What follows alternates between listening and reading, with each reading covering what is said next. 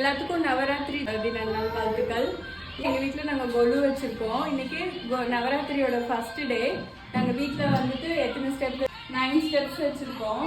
சாமி எல்லாத்தையும் நவராத்திரி இந்த 9 நாளில் இன்றைக்கி ஃபஸ்ட்டு டே. ஃபஸ்ட்டு 3 days நம்ம வந்து துர்காவை தான் ப்ரே பண்ணுவோம். இன்றைக்கி ஃபஸ்ட்டு டேனால இங்கே பாருங்கள், நாங்கள் துர்காவை இங்கே வச்சுருக்கோம். துர்கா, சரஸ்வதி, மகாலட்சுமி இங்கே இருக்குது.